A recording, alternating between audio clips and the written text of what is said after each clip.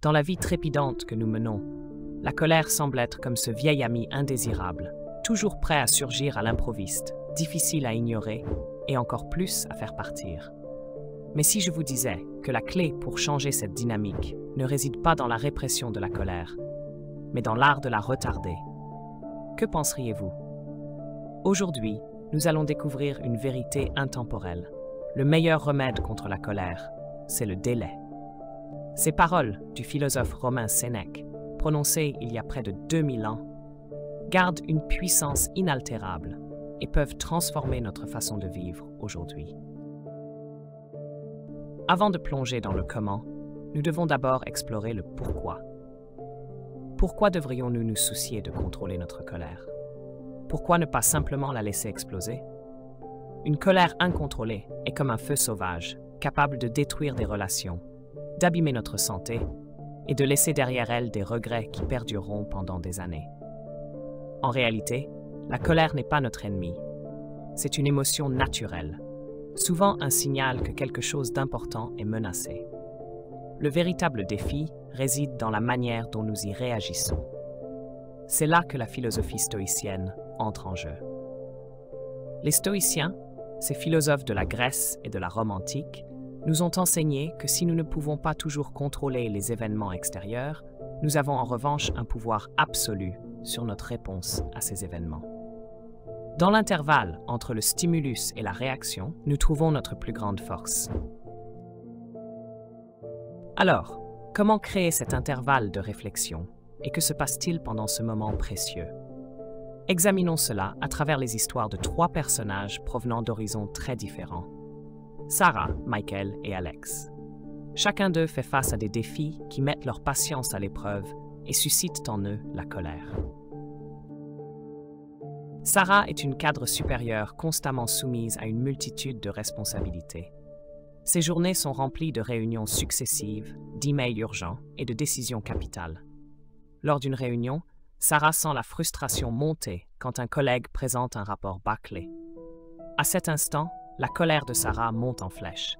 Par le passé, elle aurait probablement réagi de façon impulsive, critiquant son collègue devant tout le groupe.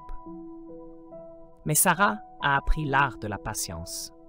Lorsqu'elle ressent la chaleur de la colère, elle se remémore les paroles de Marc Aurèle.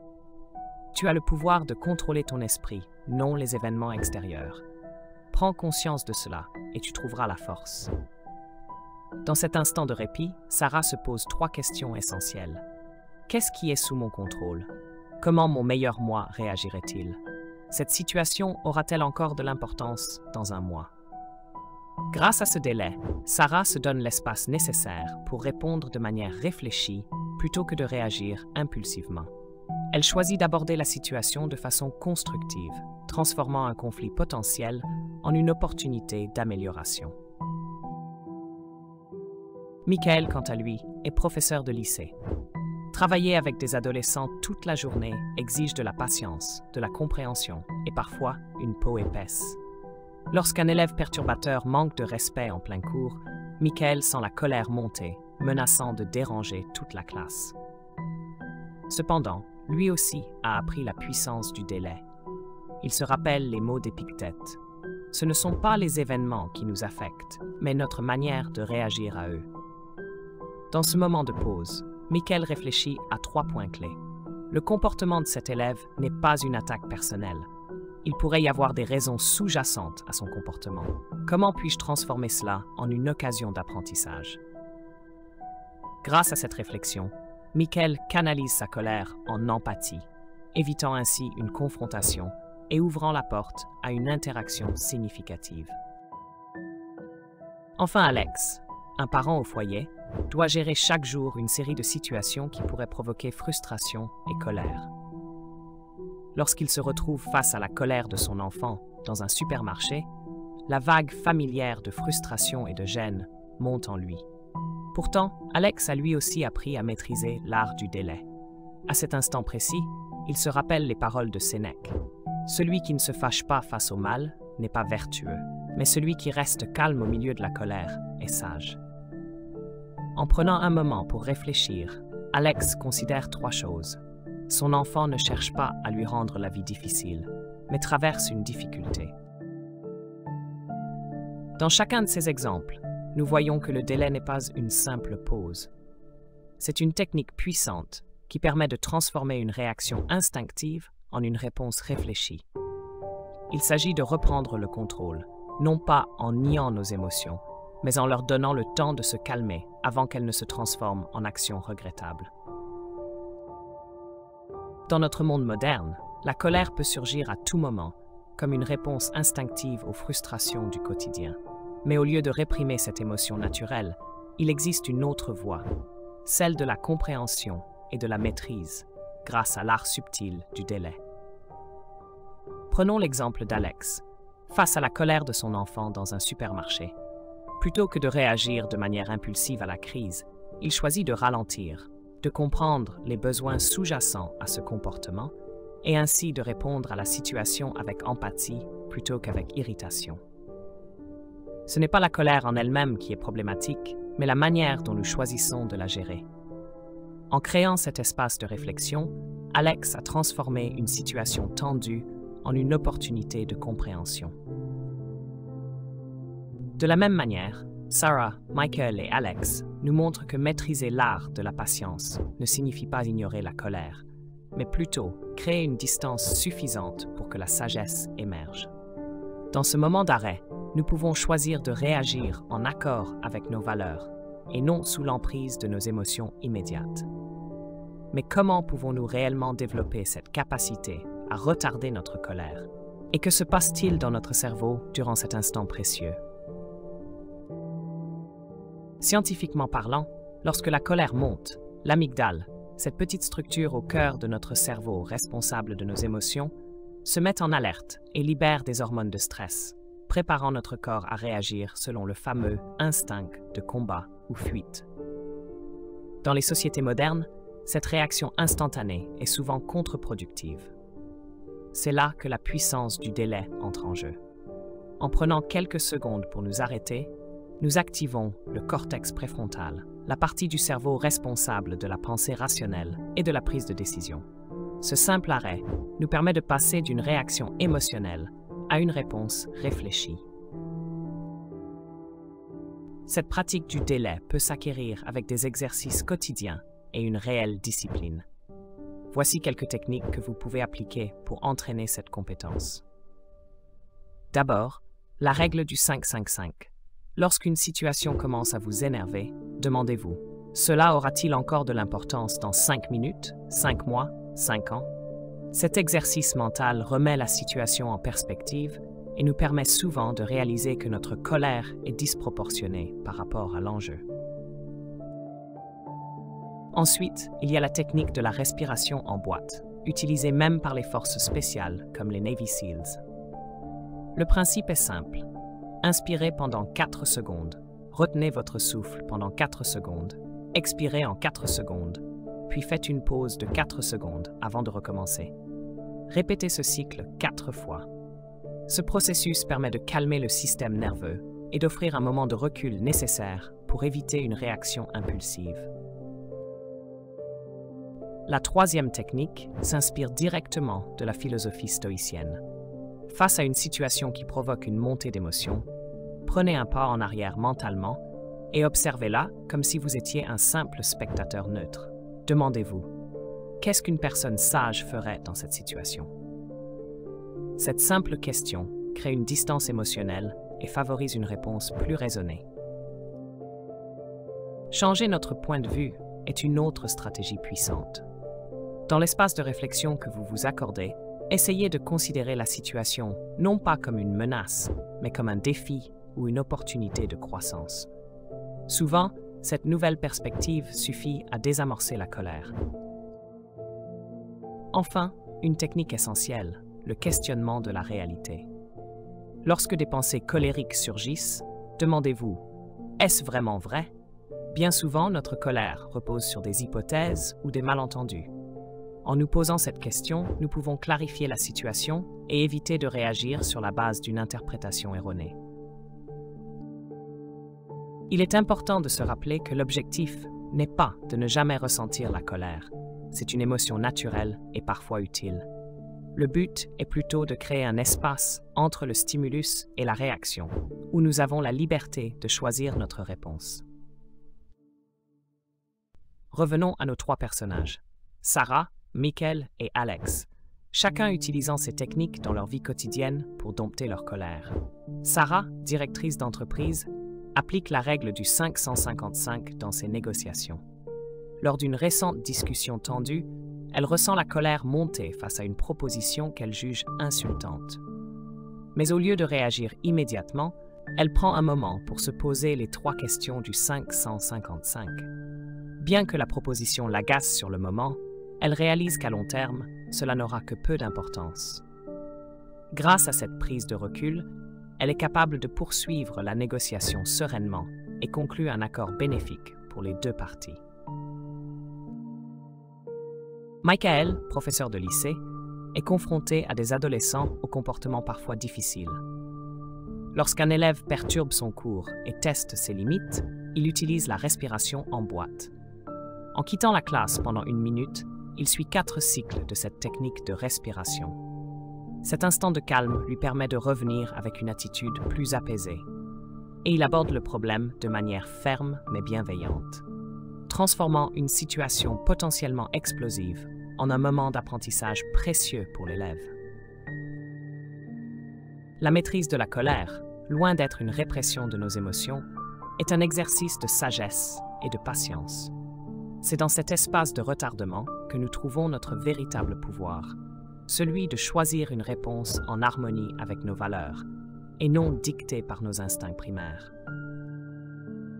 Alex, un père au foyer, a intégré la technique stoïcienne de la pause dans sa vie quotidienne.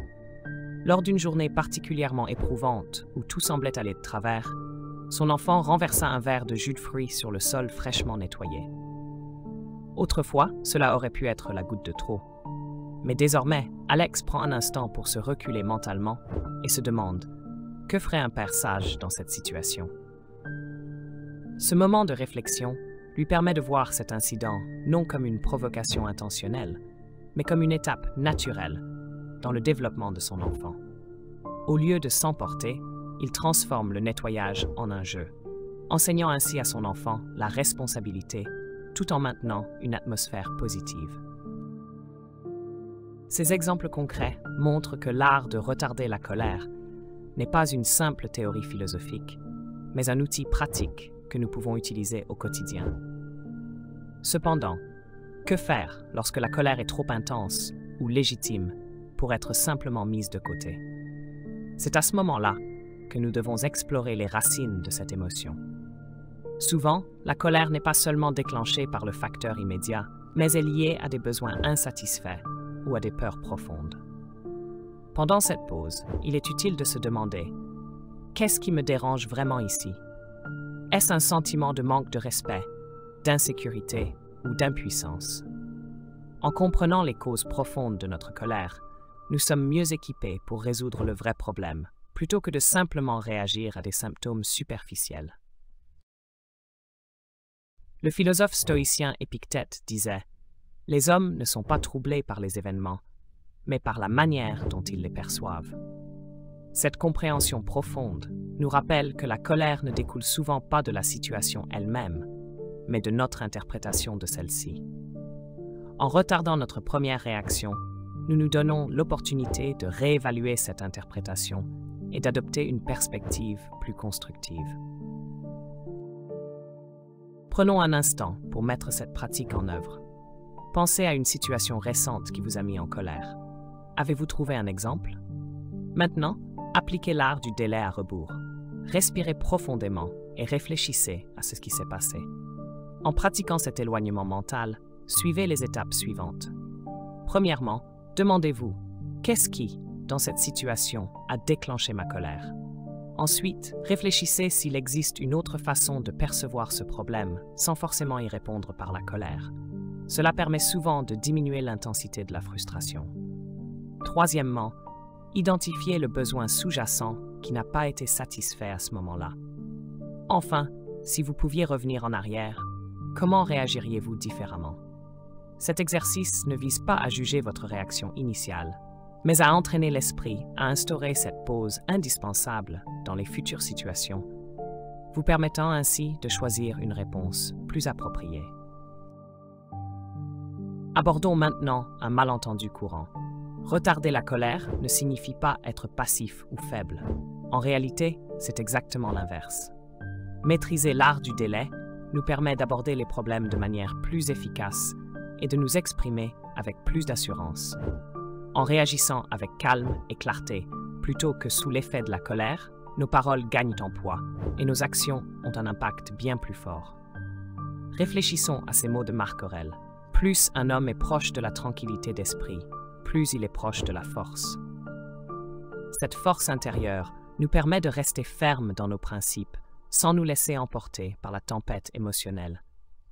Elle nous aide à dire non avec fermeté mais respect, à établir des limites sans rompre les liens et à résoudre les conflits de manière constructive. Voyons comment Sarah, Michael et Alex appliquent cette force dans leur vie. Récemment, Sarah a dû faire face à un membre de son équipe qui accumulait les retards dans ses tâches. Par le passé, son irritation aurait conduit à des critiques acerbes qui auraient pu nuire à leur relation professionnelle. Cette fois-ci, Sarah a utilisé la technique de la pause pour clarifier ses pensées. Elle a ensuite engagé une conversation calme et directe avec ce collaborateur, expliquant l'impact de ses retards et recherchant ensemble une solution. Grâce à son calme, elle a transformé ce qui aurait pu être une confrontation en un dialogue constructif, aboutissant à une amélioration des performances plutôt qu'à une montée de tension et de ressentiment. Michael, quant à lui, enseignant dans un lycée, s'est retrouvé face à un parent furieux au sujet des notes de son enfant. Au lieu de se laisser emporter ou de répondre par la défensive, Michael a appliqué la technique du « c'est vrai » pour réévaluer ses hypothèses sur l'intention du parent. Il a réalisé que la colère de ce dernier était motivée par une inquiétude légitime pour la réussite de son enfant. En prenant cette pause, Michael a pu répondre avec empathie et compréhension, ouvrant ainsi la porte à une discussion constructive plutôt qu'à un affrontement stérile. Le véritable pouvoir de ces techniques réside dans leur capacité à nous rendre maîtres de nos réactions. En retardant la colère, nous ne supprimons pas nos émotions, nous les transformons en énergie positive. C'est une compétence qui, comme toute autre, nécessite de la pratique, mais qui finit par nous donner un contrôle précieux sur notre propre vie, tout en renforçant nos relations avec les autres. Michael a rapidement compris que la colère du parent, bien que dirigée contre lui, était en réalité motivée par une profonde inquiétude pour l'avenir de son enfant. Avec cette prise de conscience, il a pu transformer une confrontation potentielle en un dialogue constructif. En expliquant clairement le processus de notation et en discutant ensemble des stratégies d'amélioration pour l'élève, Michael a su apaiser les tensions et instaurer une véritable coopération avec le parent. Son approche, alliant calme et empathie, a permis de désamorcer une situation tendue et de la convertir en une collaboration fructueuse. De son côté, Alex devait faire face à un voisin dont le chien aboyait sans cesse, perturbant le sommeil de son enfant. Au lieu de céder à l'énervement et de confronter son voisin avec colère, Alex a appliqué une technique de changement de perspective. Il a choisi de voir cette situation comme une opportunité de renforcer les liens de voisinage. Après avoir pris le temps de se calmer, Alex a abordé le sujet avec bienveillance, expliquant le problème sans accuser et proposant de trouver une solution ensemble. Cette approche a non seulement évité une confrontation, mais a ouvert un dialogue amical. Ensemble, ils ont découvert que le chien aboyait par anxiété lorsque son maître s'absentait et ont trouvé des idées pour apaiser le chien et rétablir la tranquillité dans le quartier. Ces exemples illustrent parfaitement la puissance de la maîtrise de la colère par la pause. Plutôt que de réagir de manière impulsive et de risquer d'aggraver la situation, prendre le temps de réfléchir permet non seulement d'éviter des conséquences négatives, mais aussi d'ouvrir la voie à des solutions positives et inattendues. Cela montre que retarder une réaction colérique n'est pas une faiblesse, mais une force. C'est cette capacité à mettre en pause notre réponse émotionnelle immédiate qui nous donne la possibilité de réagir de manière plus constructive et en accord avec nos valeurs. Toutefois, il est des moments où la colère monte si vite et si fort qu'il semble impossible de la contrôler avant qu'elle n'explose. C'est là qu'intervient la pratique de la pleine conscience. En pratiquant régulièrement la pleine conscience dans notre quotidien, nous développons une meilleure conscience de nos émotions, ce qui nous aide à reconnaître les premiers signes de la colère avant qu'elle ne nous submerge. Essayons un exercice simple de pleine conscience que vous pouvez pratiquer plusieurs fois par jour. Prenez quelques instants pour vous interroger. Que ressens-je en ce moment? Où ces émotions se manifestent-elles dans mon corps? Mes épaules sont-elles tendues? Mes mâchoires serrées? En prêtant régulièrement attention à vos états émotionnels et physiques, vous deviendrez plus habile à identifier les prémices de la colère, ce qui vous permettra de prendre des mesures avant qu'elles ne prennent le dessus. Se perfectionner dans l'art de retarder la colère est un cheminement, pas une destination. Il y aura des moments où vous réussirez à faire une pause avant de réagir et d'autres où la colère prendra le dessus. L'essentiel est d'aborder ce processus avec bienveillance envers soi-même. Comme l'a dit Épictète, nous ne devrions pas nous mettre en colère contre nous-mêmes lorsque nous échouons, mais continuer à nous éduquer sans la moindre rancune. Chaque fois que vous parvenez à retarder une réaction colérique, même pour un bref instant, célébrez cette petite victoire. Lorsque vous cédez à la colère, voyez cela comme une occasion d'apprendre. Réfléchissez à ce qui a déclenché cette colère, comment elle s'est manifestée dans votre corps et ce que vous pourriez faire différemment la prochaine fois. Au terme de ce voyage dans l'art de la maîtrise de la colère, rappelons les principes clés. D'abord, la colère n'est pas un ennemi, c'est une émotion naturelle qui peut signaler des besoins ou des injustices. Ensuite, la véritable force réside dans l'intervalle entre le stimulus et la réponse. Ce moment de pause nous permet de passer de l'amygdale, qui réagit de manière émotionnelle, à notre cortex préfrontal, où la réflexion rationnelle prend le relais. Les techniques pratiques, comme la règle du 5-5-5, la respiration en boîte et la pause stoïcienne, nous aident à cultiver cette capacité à retarder notre réaction. Retarder la colère, ce n'est pas réprimer nos émotions, c'est simplement choisir de réagir avec sagesse. La pleine conscience est un outil essentiel pour nous aider à reconnaître la colère dès qu'elle émerge, nous offrant ainsi plus d'occasions de faire une pause avant d'agir. Maîtriser cet art est un processus continu qui exige de la patience et de la compassion envers soi-même. Chaque moment de colère est une opportunité de pratiquer cet art. Commencez par de petites étapes. Retarder votre réaction de quelques secondes peut déjà faire une grande différence. Au fil du temps, ces pauses s'allongeront, vous donnant plus de contrôle sur vos réponses émotionnelles. Revenons enfin à la citation de Sénèque qui a guidé notre réflexion. Le meilleur remède contre la colère, c'est le délai. Ces simples mots renferment une vérité profonde. Nous avons tous le pouvoir de changer notre relation à la colère. En maîtrisant l'art du délai, nous ne faisons pas que nous protéger des effets destructeurs d'une colère incontrôlée. Nous ouvrons également la porte à des réponses plus réfléchies, plus empreintes de compassion et beaucoup plus efficaces. La prochaine fois que vous sentez la colère monter en vous, prenez une profonde respiration et créez cet infime espace entre le stimulus et la réponse. C'est dans cet espace que vous découvrirez la force de choisir, de répondre au lieu de réagir, de comprendre plutôt que de juger, de transformer au lieu de détruire. C'est là le véritable pouvoir de la pause, un pouvoir qui réside en chacun de nous. Lorsque vous quitterez cette vidéo, je vous invite à emporter avec vous les techniques et stratégies que nous avons explorées, ainsi qu'une nouvelle manière de percevoir la colère.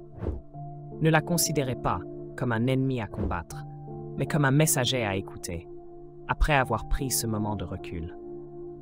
En agissant ainsi, vous verrez que la colère cesse d'être une source de regret et de destruction, et devient plutôt un catalyseur de croissance, de compréhension et de changement positif.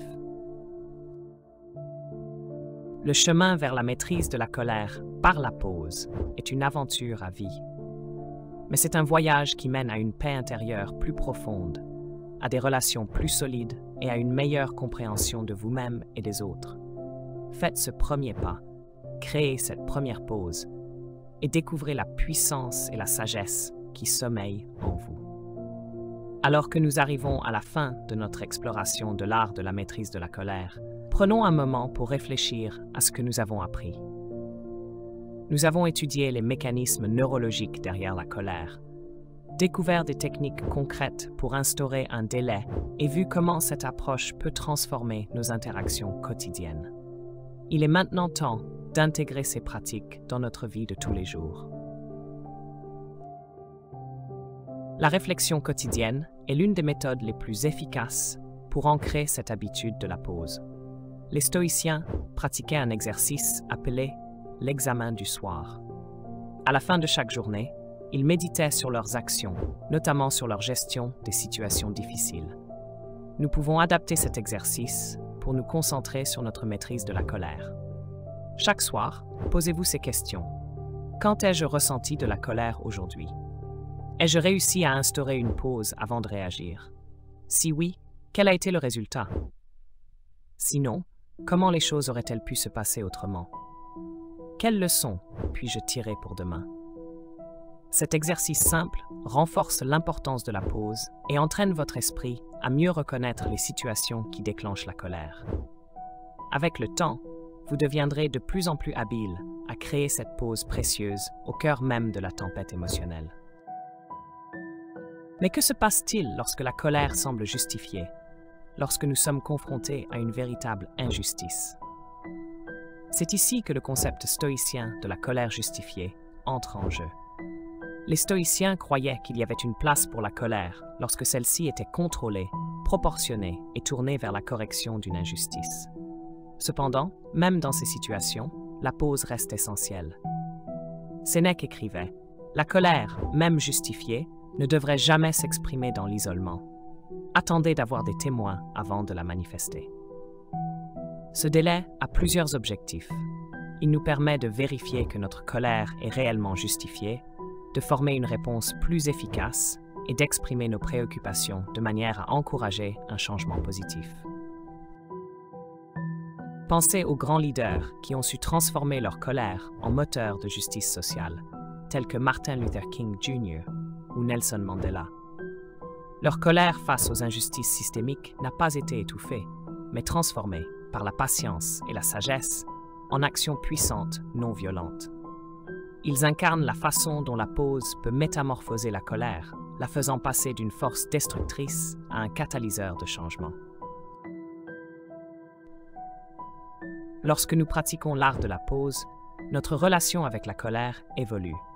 Plutôt que de la percevoir comme une force accablante, nous commençons à la voir comme une information précieuse, un signal qu'il y a quelque chose dans notre environnement qui mérite notre attention. Ce changement de perspective est en accord avec le principe stoïcien de l'ascent, l'idée que nous pouvons réévaluer nos premières impressions et choisir si nous les acceptons comme vérité. Quand vous sentez les premiers signes de la colère, prenez un moment pour vous demander « Cette colère me sert-elle vraiment? Est-elle proportionnée à la situation? Y a-t-il une manière plus constructive d'aborder ce problème? » En adoptant cette approche, vous pouvez aborder ce qui vous dérange avec persévérance et sagesse. En pratiquant régulièrement cette réflexion, nous développons ce que les stoïciens appellent la sophrosine, un état de modération, de maîtrise de soi et d'harmonie intérieure. Cette vertu nous permet de rester ancrés dans la raison, même face aux événements les plus perturbants. C'est une compétence qui se renforce avec le temps et la pratique. Alors que nous terminons ce voyage ensemble, souvenez-vous que maîtriser l'art de la pause n'est pas un objectif à atteindre, mais une pratique quotidienne. Chaque moment de colère est une nouvelle opportunité d'exercer cet art, de créer cet espace entre le stimulus et la réponse. Commencez par de petites étapes. Retarder votre réaction de quelques secondes peut suffire à faire une différence notable. Avec le temps, ces pauses s'allongeront, vous permettant de mieux choisir vos réponses, face aux défis émotionnels. Rappelons-nous enfin les mots de Sénèque avec lesquels nous avons commencé. Le meilleur remède contre la colère est le délai. Dans cette simple vérité réside un profond pouvoir. Nous avons tous la capacité de transformer notre relation avec la colère.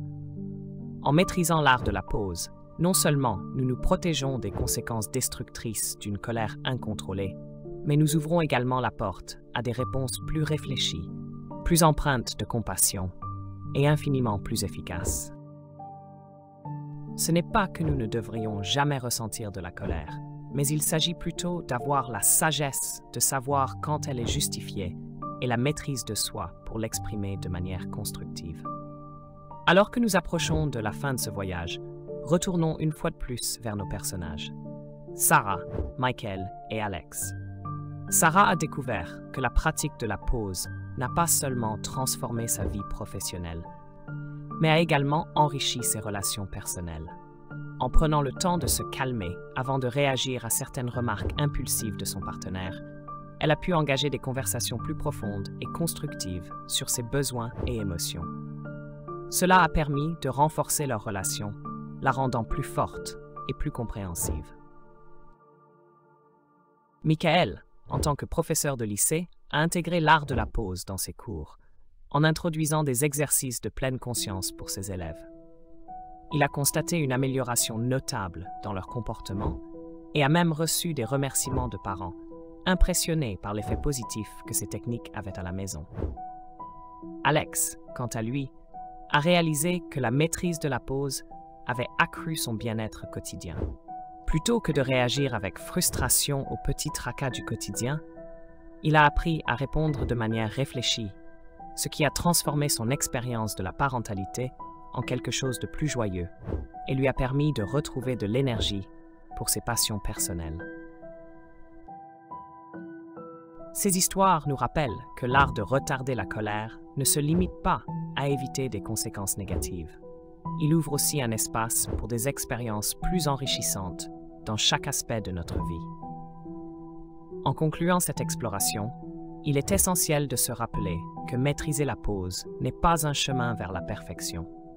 Il y aura des moments où la colère prendra le dessus, où vous réagirez avant même d'avoir eu le temps de réfléchir. L'important est d'aborder cette pratique avec patience et bienveillance envers soi-même. Chaque épisode de colère est une occasion d'apprendre, de grandir et de renforcer cette compétence. Épictète disait « Décide d'abord qui tu veux être, puis agis en conséquence ». En orientant nos réactions vers la sagesse plutôt que vers la colère, nous nous engageons sur une voie d'amélioration continue. Ainsi, alors que vous poursuivez votre route après cette vidéo, je vous invite à prendre l'engagement avec vous-même de créer cet espace entre le stimulus et la réponse. Commencez par de petites étapes. Parfois, retarder une réaction de quelques secondes seulement peut tout changer. Au fil du temps, ces pauses s'allongeront, vous offrant plus de liberté pour choisir une réponse réfléchie et appropriée. N'oubliez pas que le pouvoir de transformer votre relation avec la colère réside en vous, dans cet espace entre le stimulus et la réponse. Dans ce moment de pause, vous trouverez la liberté de choisir, de comprendre au lieu de juger et de grandir plutôt que de détruire. Alors que vous traversez votre journée, emportez avec vous la sagesse des stoïciens et les enseignements que nous avons explorés ensemble. Vous découvrirez une force nouvelle face à la colère. L'art de la pause n'est pas seulement une technique, c'est une manière de vivre. J'espère que cette pratique vous apportera une plus grande paix intérieure, des relations plus solides et une compréhension plus profonde de vous-même et des autres. Merci d'avoir partagé avec moi cette exploration de l'art de la maîtrise de la colère. Souvenez-vous des mots de Marc Aurèle. Tu as le pouvoir de contrôler ton esprit, pas les événements extérieurs. Prends conscience de cela et tu trouveras ta force. À présent, avancez avec confiance et appliquez la puissance de la pause avec sagesse et grâce. Merci à vous d'avoir regardé cette vidéo. Si ce contenu vous a été utile, n'hésitez pas à liker, partager et à vous abonner pour soutenir la chaîne. À très bientôt pour une nouvelle vidéo.